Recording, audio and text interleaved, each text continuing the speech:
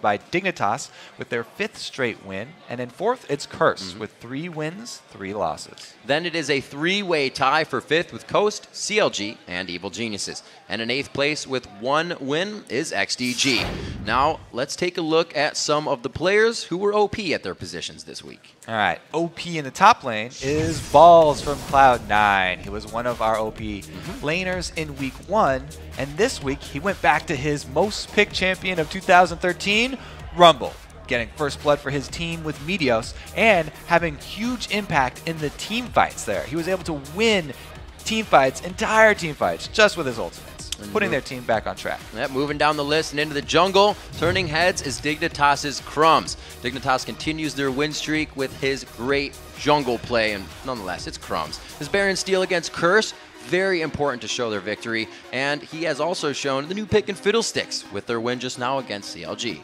Then in mid lane, we've got Pobelter. Evil Geniuses really needed a win this week, and Pobelter helped them carry to it. He outplayed Mandatory Cloud as Gragas and broke the tie with XDG to move them up in the standings. Absolutely. Then, out of that 7th place. Yes! One of them had it. Cutie Pie is our next up in line. Had a strong week as an AD carry. His team, has joked that he sees everything as a tower and to destroy it. But it's working. He's been hard carrying with his team as Jinx, 2-0 this weekend, and has 4 straight wins on that champion. If Cutie Pie is going to be the AD carry, we got to have Kiwi Kid as the support. The other half of this Dignitas bot lane.